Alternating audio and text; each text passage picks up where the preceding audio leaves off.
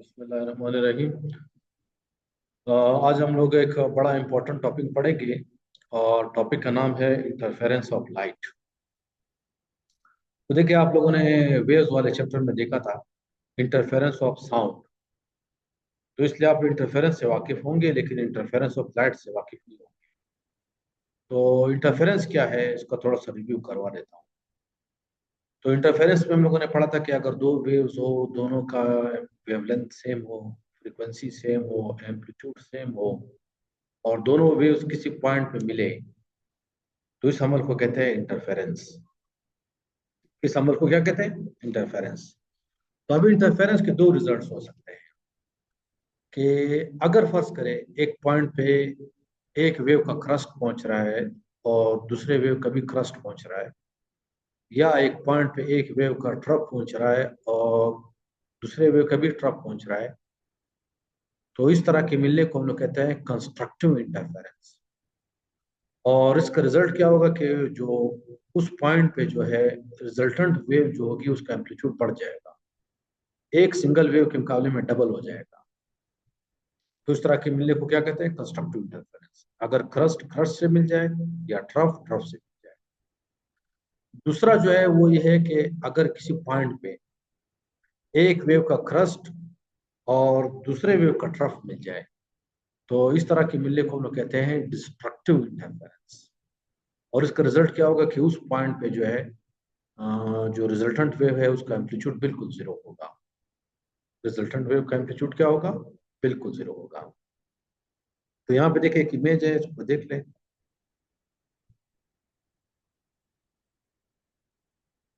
देखिए ये इमेज, तो आप देख सकते हैं इस केस में रेड और जो दूसरी वेव्स है, ब्लू कलर की जो वेव्स है, दोनों मिल रहे हैं, लेकिन उस उनके मिलने से हमें ये वेव मिल रही है, ये ग्रीन कलर की वेव मिल रही है। लेकिन ये क्यों इस तरह हो रहा है? क्योंकि याद रख ले, रेड का क्रस्ट और ब्लू का भी क्रस्ट मिल रहा है, रेड का ट्रफ तो ब्लू के भी ट्रफ। तो उसकी वजह से जो है हमें एक कंस्ट्रक्टिव इंटरफेरेंस मिल रहा है। लेकिन इसके साथ वाले इसमें आप देख लें, यहाँ पे अगर इसका क्रस्ट है तो इसका ट्रफ है, एक का क्रस्ट है तो दूसरे का ट्रफ है। तो ये मिलने से, इन दोनों के मिलने से हमें जो है रिजल्ट ये मिलेगा। रिजल्टेंट जो वेव होगी उसका एम्पलीट्यूड जीरो होगा, तो उसको हम लोग कहेंगे डिस्ट्रक्टिव इंटरफेरेंस। ये बात मैं उम्मीद करता हूँ कि आप लोगों को क्लियर हो गई होगी। अभी आ जाते हैं इंटरफेरेंस ऑफ लाइट के लिए। तो याद रखिए, लाइट के इंटरफेरेंस के लिए जो है दो लाइट सोर्सेज का मोनोक्रोमेटिक होना चाहिए। मोनो का मतलब है सिंगल, क्रोम का मतलब है कलर, सिंगल कलर का होना चाहिए, या हम लोग कह सकते हैं सिंगल वेवलेंथ का होना चाहिए। तो मोनोक्रोमेटिक मतलब है सिंगल वेवलेंथ। दोनों सोर्सेज के वेवलेंथ में फर्क नहीं होना चाहिए। और दूसरी बात है कि दोनों लाइट सोर्सेज को कोहेरेंट होना चाहिए। क्या होना चाहिए? कोहेरेंट। तो देखिए कोहेरेंट का मतलब क्या है, आप इस इमेज को देख लें। इन दोनों वेव्स के दरमियान में फेज डिफरेंस जीरो है। अगर ये फेज डिफरेंस वक्त के साथ चेंज ना हो तो इन दोनों सोर्सेज को रखेंगे कोहेरेंट। या अगर ये फेज डिफरेंस हो लेकिन वक्त के साथ चेंज ना हो रहा हो, तो तब हम इसको क्या कहेंगे? कोहेरेंट। क्या कहेंगे? कोहेरेंट। तो याद रखिए, अगर आप लोगों ने लाइट का इंटरफेरेंस करवाना है तो दोनों सोर्सेज का मोनोक्रोमेटिक होना चाहिए, कोहेरेंट होना चाहिए, और दोनों सोर्सेज का क्लोज होना चाहिए, बहुत ज्यादा दूर नहीं होना चाहिए। तो अभी चलते हैं, मैं जो इंटरफेरेंस ऑफ साउंड था उसको थोड़ा सा रिव्यू करवा के फिर अपने इंटरफेरेंस ऑफ लाइट वाले एक्सपेरिमेंट पे चलेंगे। और ये एक्सपेरिमेंट पहली मरतबा थॉमस यंग्स ने किया था, तो वो बड़ा डिटेल एक्सपेरिमेंट है, इसमें बाद में आएंगे। लेकिन कुछ चीज़ें हम लोग पहले से जो हम लोगों ने पढ़ी थी वेव्स वाले चैप्टर में, उसको हम लोग देख लेते हैं। तो देखिए, आप लोगों ने पढ़ा था कि इंटरफेरेंस ऑफ साउंड, तो हम लोगों ने देखा था कि फर्ज करें मेरे पास दो लाउड स्पीकर है। एक ये लाउड स्पीकर है और दूसरा लाउड स्पीकर ये है। अब इन दोनों लाउड स्पीकर के वायर्स को मैंने मिला दिया। वायर्स को मिला लिया और उसको कंप्यूटर को दे दिया, कंप्यूटर ने उसको एक पीरियोडिक सिग्नल भेजा, तो दोनों जो लाउडस्पीकर है वो सेम फ्रीक्वेंसी का साउंड पैदा करने लगे, कोहेरेंट साउंड पैदा करने लगे। तो याद रख लीजिए, ये लाउडस्पीकर भी साउंड प्रोड्यूस कर रहा है,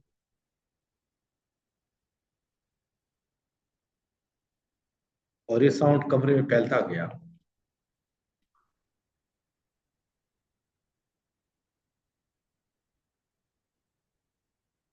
और ये लाउडस्पीकर भी साउंड पैदा करता गया, साउंड कमरे में फैलता गया। तो अभी फर्ज करें मैंने देखे कोई पॉइंट ले लिया पी, कमरे में किसी भी पॉइंट को मैंने चूज कर लिया, और मैं देखना चाहता हूँ कि इस पॉइंट पे कौन सा इंटरफेरेंस होगा, कंस्ट्रक्टिव होगा या डिस्ट्रक्टिव होगा। तो उसके लिए हम लोगों ने देखा था कि अगर फर्ज करिए लाउड स्पीकर 1 है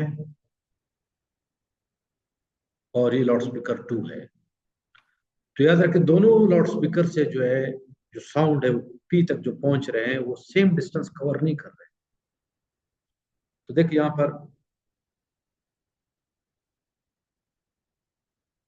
जो 1 लाउड स्पीकर है,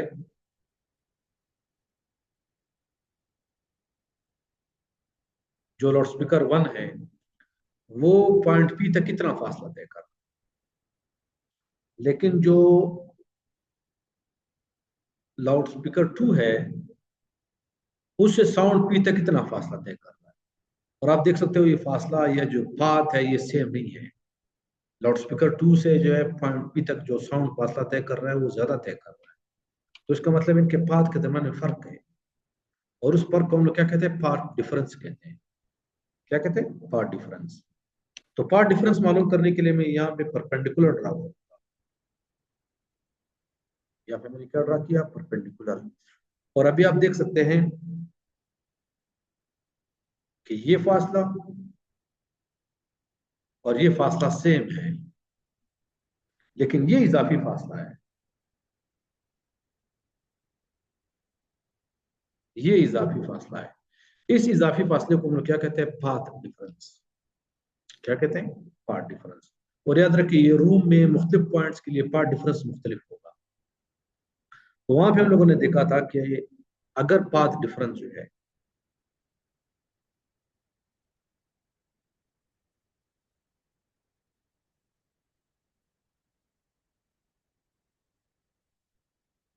अगर ये पाथ डिफरेंस जो है 1 lambda, 2 lambda, 3 lambda, 4 lambda and so on, अगर इतना हो तो उस पॉइंट पे आपको कंस्ट्रक्टिव इंटरफेरेंस मिलेगा। 1 लैम्डा, 2 लैम्डा, 3 लैम्डा, 4 लैम्डा, इसका उसको हम लोग कहते हैं इंटीग्रल मल्टीपल ऑफ लैम्डा, या इसको हम लोग शॉर्ट फॉर्म में हम लोग लिखते हैं एम लैम्डा। क्या लिखते हैं, एम लैम्डा। जबकि एम की वैल्यू है 0, 1, 2, 3 and so on, integers value होती है इसकी। तो याद रख लिया, अगर पाथ डिफरेंस इतना हो तो उस पॉइंट पे कंस्ट्रक्टिव इंटरफेरेंस हम लोग को मिलेगा। तो यहाँ पे मैं लिख लेता हूँ कंस्ट्रक्टिव इंटरफेरेंस।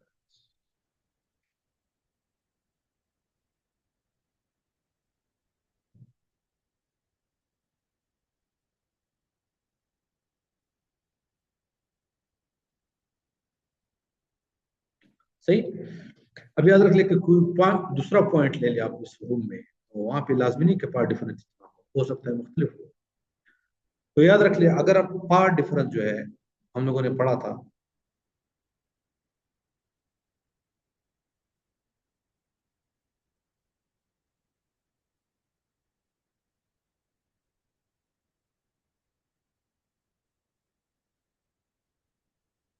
अगर पाथ डिफरेंस जो है λ/2,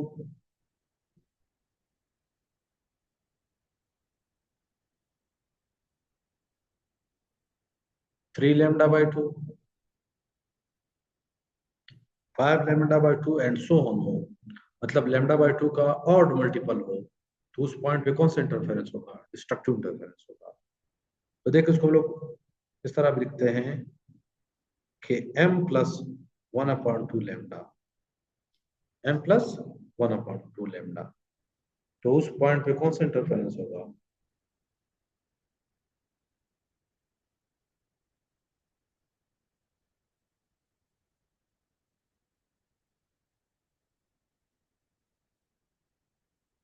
कौन सा इंटरफेरेंस होगा?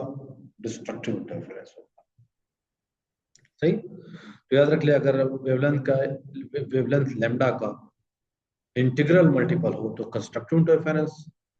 अगर वेवलेंथ का वेवलेंथ का जो है, सॉरी, वेवलेंथ के आधे का ऑड मल्टीपल हो तो डिस्ट्रक्टिव इंटरफेरेंस होगा। तो अभी चलते हैं नेक्स्ट स्लाइड पे। ये इमेज भी आप देख लें।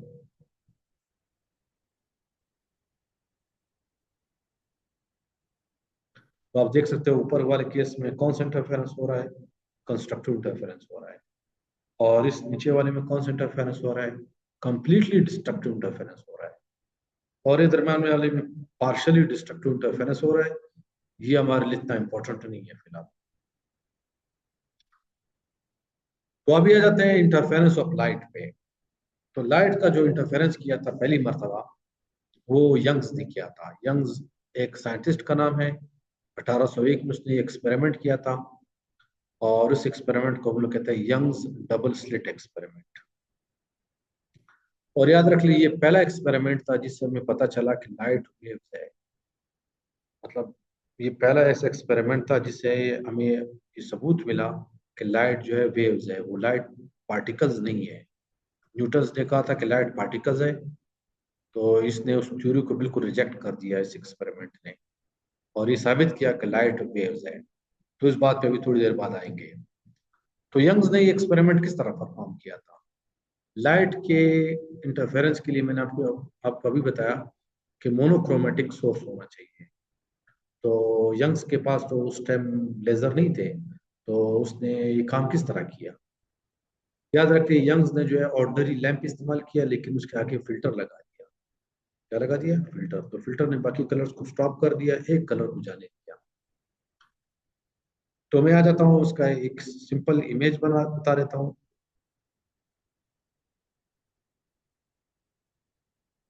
तो देखिए, ये यंग्स डबल स्लिट एक्सपेरिमेंट की एक सिंपल वो है, कॉन्फ़िगरेशन है। तो देखिए यहाँ पर एक लाइट का सोर्स है। अभी थोड़ी देर पहले मैंने बताया कि उसके यंग्स के वक्त में लेजर तो नहीं था, लेकिन उसने एक ऑर्डिनरी लैंप इस्तेमाल किया और उसके आगे फिल्टर लगा दिया। आज हम लोग जब एक्सपेरिमेंट करते हैं तो हम लोग लेजर यूज करते हैं। उसके आगे याद रखिए उसने डबल स्लिट रख दिया। तो देखिए, ये कोई भी एक ऑब्जेक्ट है, लेकिन उसके अंदर उसने दो होल्स किए हुए हैं। एक होल ये है और दूसरा होल ये है। मतलब आप ले कोई गता ले लें, उसके अंदर दो इस तरह होल्स कर ले सीधे सीधे, तो उसको हम लोग कहते हैं स्लिट। और चूंकि दो स्लिट है तो इसको हम लोग कहते हैं डबल स्लिट। तो उसने क्या किया कि लाइट को पास किया डबल स्लिट में, तो एक लाइट दो हिस्सों में बट गई। मतलब लाइट अभी स्लिट में से जब पास होगी तो हम लोग ये नहीं कहेंगे कि लाइट एक सोर्स से आ रही है, हम लोग कहेंगे लाइट दो सोर्स से आ रही है, एक स्लिट वन से, दूसरा स्लिट टू से। तो जब ये दोनों लाइट आगे जाएंगे तो इंटरफेयर करेंगी। और ये हम लोगों ने सामने स्क्रीन रख दिया। क्या रख दिया? स्क्रीन। स्क्रीन एक पर्दा भी हो सकता है, दीवार भी हो सकता है। तो स्क्रीन पे उसने फिर ये पैटर्न ऑब्जर्व किया, ये देखा पैटर्न, ये पैटर्न देखा।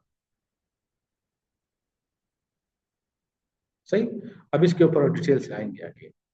तो इसको क्या कहते हैं? Young's double slit experiment. एक और इमेज भी है, उसको भी देख लें।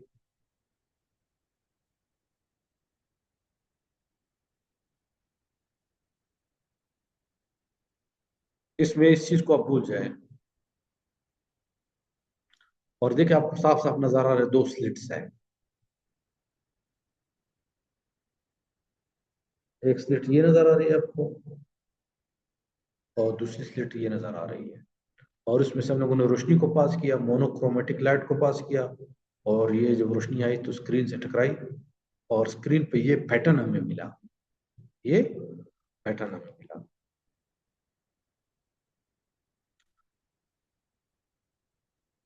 तो चलते हैं अब इसको थोड़ा सा डिटेल से स्टडी करते हैं। तो फर्ज करें मेरे पास ये स्क्रीन है,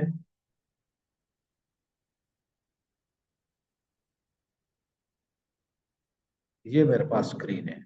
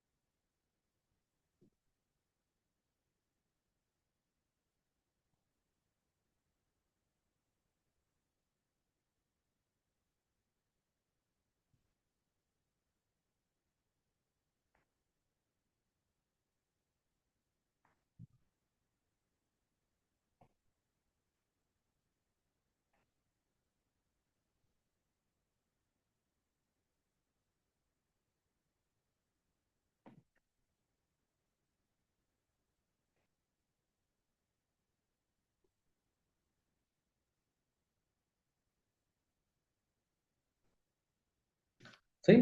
तो ये सेटअप है उसके यंग्स डबल स्लिट एक्सपेरिमेंट का। तो याद रखिए यहाँ पे उसने सोर्स रखा था,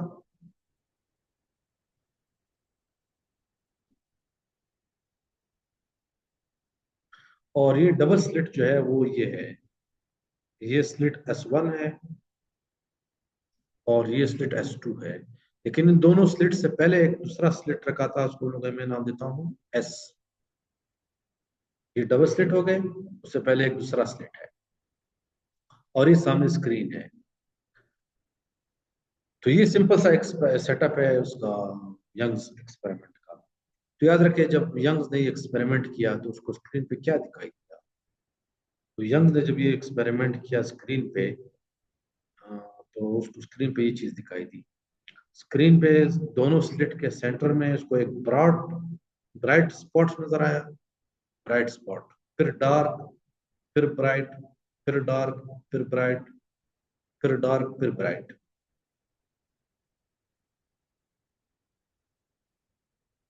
और इस तरह का पैटर्न उसको मिल गया, उसको इस तरह का पैटर्न नजर आया। अब इस पैटर्न से मुराद क्या है, देखिए अगर उसने फर्ज करे रेड कलर का फिल्टर यूज किया था, तो स्क्रीन पे dark red, dark red, dark red, इस तरह का पैटर्न। अगर उसने फर्ज करे ग्रीन कलर का फिल्टर यूज किया था, तो स्क्रीन पे dark green, dark green, dark green, इस तरह का पैटर्न था। तो मैं इसका एक और दूसरा इमेज भी दिखा देता हूँ, यहाँ पे देख लें।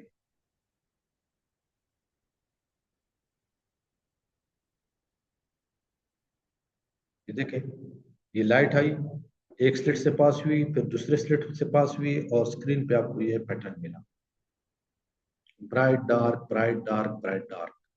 इसको हम लोग कहते हैं फ्रिंज। ये जो पैटर्न है ना, ब्राइट स्पॉट या डार्क स्पॉट, इसको हम लोग कहते हैं फ्रिंज। और अगर ज्यादा हो तो उसको हम लोग कहते हैं फ्रिंजेस।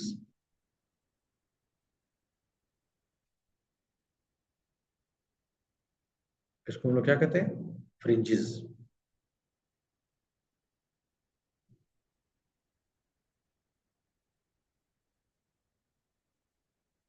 तो उसको स्क्रीन पे इस तरह का पैटर्न मिला, डार्क फ्रिंजेस, ब्राइट फ्रिंजेस।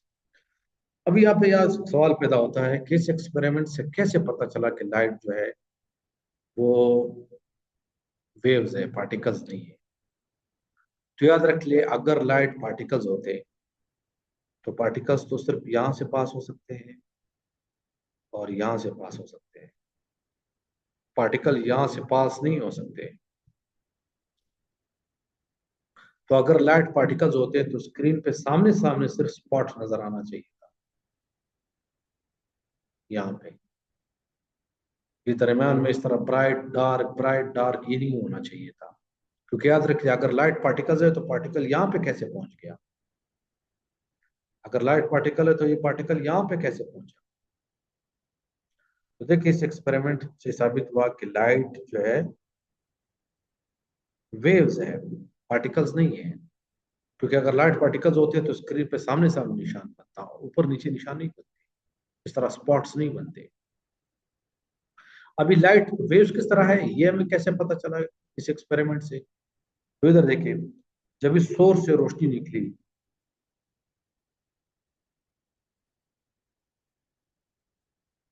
अगर हम लोग लाइट को वेव्स कंसिडर करें तो रोशनी निकली और इस स्लिट में से पास हुई और फैल गई। फैलने के बाद ये रोशनी जो है दोनों स्लिट में से पास हुई और दो हिस्सों में बट गई।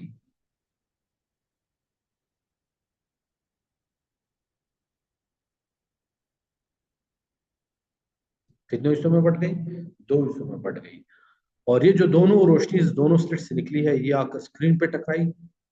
तो स्क्रीन पे जिस पॉइंट पे ब्राइट फ्रिंज बन रहा है उसकी वजह यह है कि S1 से जो रोशनी आ रही है उसका अगर क्रस्ट पहुंच रहा है तो S2 से भी क्रस्ट पहुंच रहा है, या S1 से अगर ट्रफ पहुंच रहा है तो S2 से भी ट्रफ पहुंच रहा है।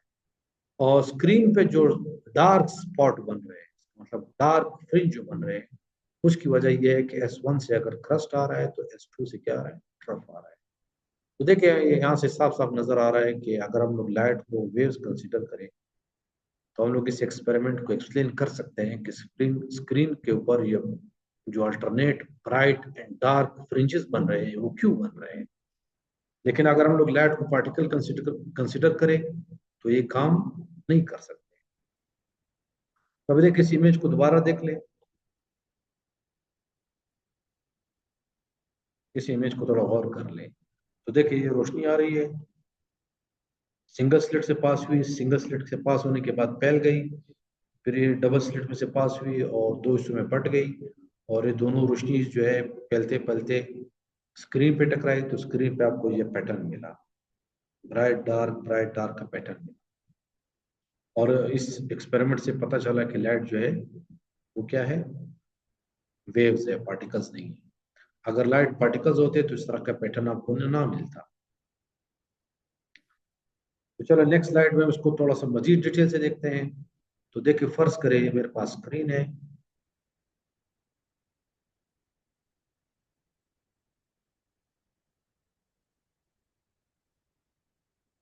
ये मेरे पास स्क्रीन है।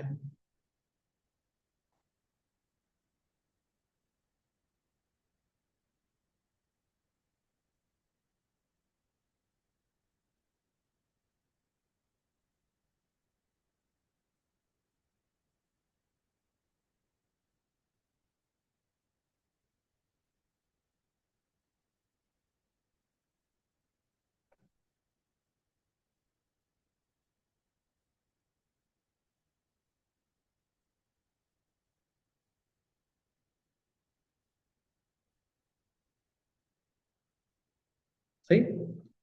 तो फर्ज करें मैं कहता हूं ये जो स्लिट है इसको मैं नाम दूंगा S1,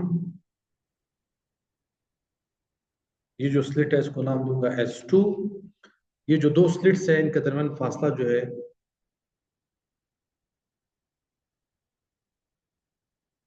इसको मैं नाम दूंगा D। इसको क्या नाम दूंगा? D। और एक और बात कि स्लिट और स्क्रीन के जो दरमियान फासला है इसको मैंने क्या नाम दिया? L। क्या नाम दिया? L। तो ये चीजें आप लोगों ने अच्छी तरह याद रख लेनी है। मैं पहले वाला स्लिट नहीं बना रहा हूँ। S1 S2 इनके दरमियान फासला D, स्लिट और स्क्रीन के दरमियान फासला L। अभी फर्ज करें मैंने स्क्रीन पे एक पॉइंट ले लिया, ये कोई भी पॉइंट ले लिया P, ये कोई भी पॉइंट ले लिया P। अब याद रख ले S1 से लेकर P तक जो फासला है वो ये है, वो ये फासला है S1P। लेकिन S2 से जो P तक फासला है वो ये है S2P। अब याद रख ले कि यहाँ पर S1P और S2 में P में फर्क है, S2P ज्यादा है S1P से, तो इसका मतलब इन दोनों पाथ्स में डिफरेंस आ रहा है। क्या आ रहा है? डिफरेंस आ रहा है। तो उस डिफरेंस को कैलकुलेट करने के लिए मैं क्या करूंगा, यहाँ पे एक परपेंडिकुलर ड्रा करूंगा। और ये परपेंडिकुलर किस पॉइंट पे मैंने ड्रा किया? आर पे ड्रा किया। किस पे ड्रा किया? आर पे ड्रा किया। और ये जो एंगल है यहाँ पे बन रहा है, इसको मैंने नाम दिया थीटा। क्या नाम दिया? थीटा। तो अभी याद रख लिया यहाँ पे पार्ट डिफरेंस कितना है, तो पार्ट डिफरेंस देखिए साफ साफ नजर आ रहा है, ये पार्ट डिफरेंस है, ये पार्ट डिफरेंस है। तो हम लोग ये पार्ट डिफरेंस मालूम करेंगे और फिर चेक करेंगे कि पार्ट डिफरेंस अगर 1 लैम्डा, 2 लैम्डा, 3 लैम्डा हो तो हम लोग कहेंगे कि वहां पे कंस्ट्रक्टिव इंटरफेरेंस हो रहा है। और अगर पार्ट डिफरेंस लैम्डा/2, 3 लैम्डा/2, 5 लैम्डा/2 हो तो हम लोग कहेंगे वहां पे कौन सा इंटरफेरेंस हो रहा है? डिस्ट्रक्टिव इंटरफेरेंस हो रहा है। तो देखिए इस डायग्राम को मैं दोबारा बना रहा हूँ।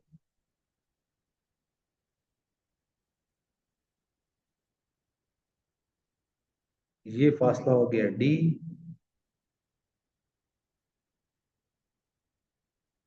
ये हो गया आर, S2, S1, और ये एंगल हो गया थीटा, ये एंगल हो गया थीटा। तो देखिए आप लोगों ने पढ़ा है trigonometric ratio sine theta. Sine theta perpendicular upon hypotenuse के बराबर है। तो ये परपेंडिकुलर हो गया, ये हाइपोटेन्यूज हो गया। तो इसका मतलब है मैं कह सकता हूं S2R divided by S1 S2। तो देखिए इसको मैं इस तरह भी लिखता हूं कि साइन थीटा S2R और S1 S2 जो है डी के बराबर है। किसके बराबर है? डी के बराबर है। या इसको मैं इस तरह भी लिखता हूं कि S2R is equal to D sine theta. S2R किसके बराबर है? D sine theta. और याद रखें S2R जो है पार्ट डिफरेंस भी है। तो इसका मतलब मैं कह सकता हूं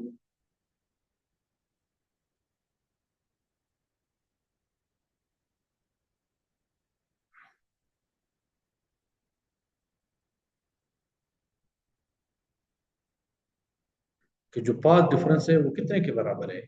डी साइन थीटा। तो ये हमारे पास पाथ डिफरेंस आ गया। अभी हम लोग लिखेंगे कि ये अगर पाथ डिफरेंस जो है वो 1 लैम्डा, 2 लैम्डा, 3 लैम्डा हो तो कंस्ट्रक्टिव इंटरफेरेंस होगा। अगर लैम्डा/2, 3 लैम्डा/2, 5 लैम्डा/2 हो तो कौन सा इंटरफेरेंस होगा? डिस्ट्रक्टिव इंटरफेरेंस होगा। तो आ जाते हैं, कंडीशन लिख लेते हैं।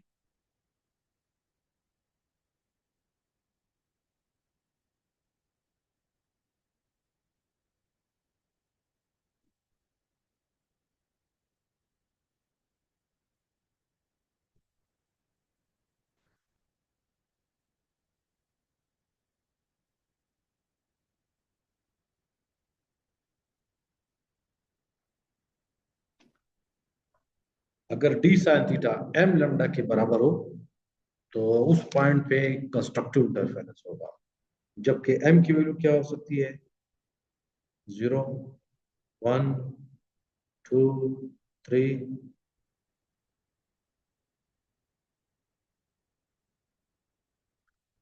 प्लस माइनस भी हो सकती है, क्योंकि सेंटर से ऊपर और सेंटर से नीचे जो है इनमें फर्क है। ऊपर वालों के लिए हम लोग प्लस का ये साइन +1 2 3 इस्तेमाल करेंगे और नीचे के लिए -1 2 3 इस्तेमाल करेंगे। तो देखिए ये कंस्ट्रक्टिव इंटरफेरेंस की कंडीशन आ गई। किसकी कंडीशन आ गई? कंस्ट्रक्टिव इंटरफेरेंस की। डिस्ट्रक्टिव के लिए हम लोग क्या करेंगे?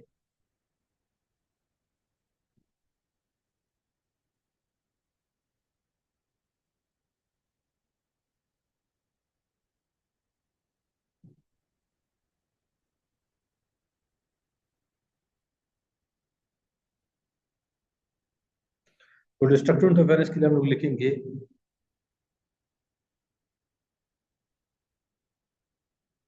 कि अगर डी साइन थीटा जो है लैम्डा/2, 3 लैम्डा/2, 5 लैम्डा/2 हो तो डिस्ट्रक्टिव इंटरफेरेंस होगा।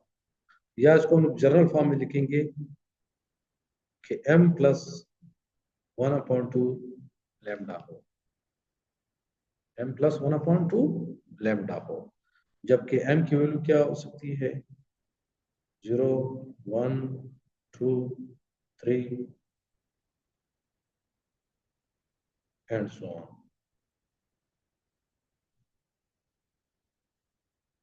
सही। तो ये मेरे पास आ गया पाथ डिफरेंस मालूम करने का फार्मूला।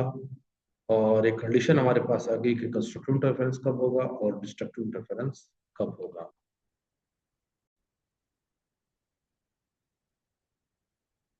अभी नेक्स्ट स्लाइड में हम लोग क्या करेंगे, हम लोग जो ब्राइट और डार्क फ्रिंज है उसकी पोजीशन मालूम करेंगे स्क्रीन पे, कि उसकी पोजीशन कितने सेंटीमीटर पर है, मतलब वो स्क्रीन के सेंटर से कितने ऊपर है। तो देखिए यहाँ पर फर्ज करिए स्क्रीन है, और ये इस पोजीशन को मैं कहता हूं कि y is equal to 0, y is equal to 0। तो देखिए इसके बाद क्या है, ब्राइट डार्क इस तरह की फ्रिंजेस है, क्या है, फ्रिंजेस आ रहे हैं। और नीचे भी इस तरह ब्राइट डार्क फ्रिंजेस आ रहे हैं। तो अगर फर्ज करें मैं कहता हूँ फर्स्ट ब्राइट फ्रिंज की पोजीशन बताओ कि वो स्क्रीन पे 0 पोजीशन से कितना ऊपर है, तो उसको हम लोग किस तरह मालूम करेंगे। या मैं कहता हूँ कि सेकंड ब्राइट फ्रिंज या थर्ड ब्राइट फ्रिंज या फोर्थ ब्राइट फ्रिंज, इसको ऑर्डर भी कहते हैं, ऑर्डर ऑफ द फ्रिंज, उसकी मैंने पोजीशन मालूम करनी हो स्क्रीन के सेंटर से कितना ऊपर है, तो इसके लिए भी कुछ कैलकुलेशन करते हैं। अच्छा है, सिर्फ ब्राइट के लिए नहीं डार्क के लिए भी कर सकते हैं। तो मैं कहता हूँ कि स्क्रीन के सेंटर से कितने ऊपर जो है पहला डार्क फ्रिंज आ रहा है, दूसरा डार्क फ्रिंज आ रहा है, तीसरा डार्क फ्रिंज आ रहा है, इसके लिए हम लोग फार्मूला निकालेंगे। तो आ जाते हैं यहाँ पे देखिए, यहाँ पे देखिए फर्ज करें मैं कहता हूँ ये स्क्रीन का, सॉरी, दोनों स्लिट के सेंटर का पॉइंट है, ये मेरे पास आ गया। और यहां से पॉइंट पी तक का जो फासला है वो ये है, वो ये है, ठीक है। दोनों स्लिट के सेंटर से लेकर पॉइंट पी तक का जो फासला है वो ओ पी है। और ये जो एंगल बन रहा है इसको मैं कहूंगा थीटा, मैं क्या कहूंगा, थीटा। और आप थोड़ा सा ज्योमेट्री अप्लाई कर ले तो आपको पता चलेगा कि ये थीटा और ये थीटा सेम है, ये थीटा और ये थीटा क्या है, सेम है। तो नेक्स्ट स्लाइड पे चलते हैं। मैं पहले इस ट्राइंगल को बना लेता हूँ। तो देखिए ये जो ट्राइंगल है, इस पॉइंट को मैं कहूंगा क्यू। तो इस ट्राइंगल को मैं दोबारा बना लेता हूँ।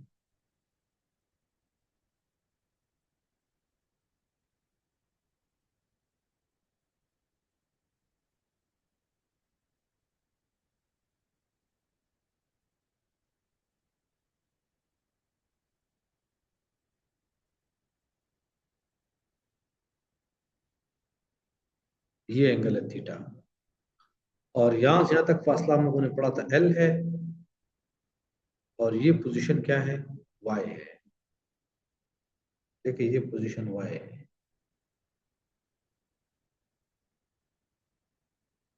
चाहे ब्राइट फ्रिंज है चाहे डार्क है। तो आज इसको किस तरह मालूम करेंगे, इस वाई को। पहले एक बात आप याद रख ले कि अगर ये एल ज्यादा हो, स्लिट के दरमियान जो डिस्टेंस है उसके मुकाबले में एल ज्यादा हो, तो ये थीटा बहुत कम आएगा। और स्मॉल थीटा के लिए टेन थीटा और साइन थीटा की वैल्यू सेम होती है। तो यहाँ पे देखिए मैं लिख लेता हूँ,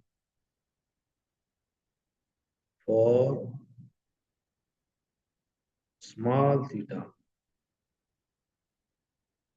tan theta is nearly equal to sin theta। अगर आप एंगल बहुत स्मॉल लेंगे, एंगल कब स्मॉल होगा, अगर स्क्रीन बहुत दूर होगा, तो ये थीटा बहुत कम आएगा। तो उस केस में tan थीटा की वैल्यू और sin थीटा की वैल्यू सेम होती है। आप कैलकुलेटर ले ले, sin 10 की वैल्यू मालूम कर ले और 10 10 10 की वैल्यू मालूम कर ले, तो आप देखेंगे ये वैल्यूज तकरीबन सेम है। तो इसका मतलब है कि स्मॉल एंगल्स पे sin थीटा और tan थीटा की वैल्यू क्या होती है, सेम आती है। तो अभी देखिए मैं कह सकता हूं पोजीशन ऑफ ब्राइट फ्रिंज,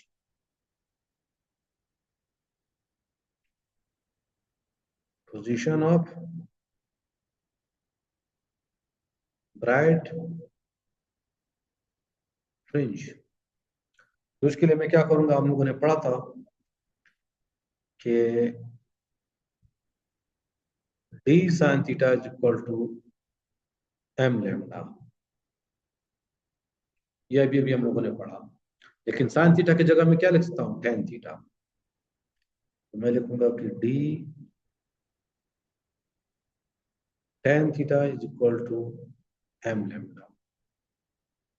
अब याद रखिए, इस ट्राइंगल पे आ जाए, ये एक राइट एंगल ट्राइंगल है। तो राइट एंगल ट्राइंगल में टेन थीटा किसके बराबर होता है, परपेंडिकुलर अपॉन बेस। ये परपेंडिकुलर, ये बेस। तो इसका मतलब मैं लिख सकता हूँ कि D Y upon L is equal to M lambda, is equal to M lambda. या मैं लिख सकता हूँ कि Y is equal to M lambda L upon D. Y is equal to M lambda L upon D. तो देखिए, इस फॉर्मूले की मदद से मैं किसी भी ऑर्डर की फ्रिंज की पोजीशन मालूम कर सकता हूँ स्क्रीन पे। फर्ज कर एक आदमी कहता है कि भाई फर्स्ट ऑर्डर जो फ्रिंज है, ब्राइट फ्रिंज है, उसकी पोजीशन बताओ, तो उसके लिए एम की वैल्यू क्या हो जाएगी।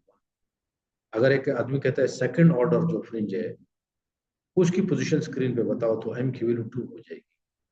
तो हम लोग इस फॉर्मूले में वैल्यू दर्ज करेंगे तो वाई की वैल्यू आ जाएगी, उस स्क्रीन पे उस फ्रिंज की पोजीशन आ जाएगी। अभी नेक्स्ट चलता है कि अगर हम लोग डार्क फ्रिंज की पोजीशन मालूम करें, क्या करें। तो आ जाते हैं,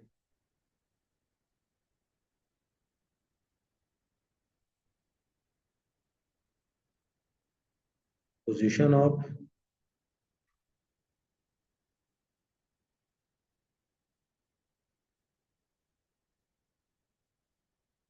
डार्क फ्रिंज।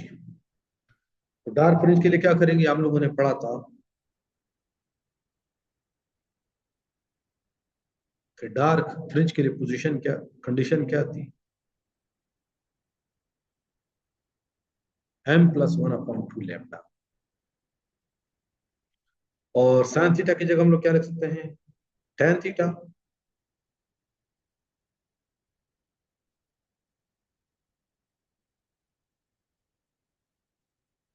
ये लिख सकते हैं, और टेन थीटा वापस किसके बराबर है,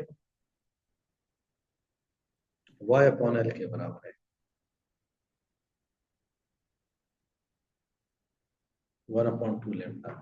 तो यहां से हम लोग वाई के लिए सॉल्व करेंगे, तो Y is equal to M plus one upon two lambda L upon D.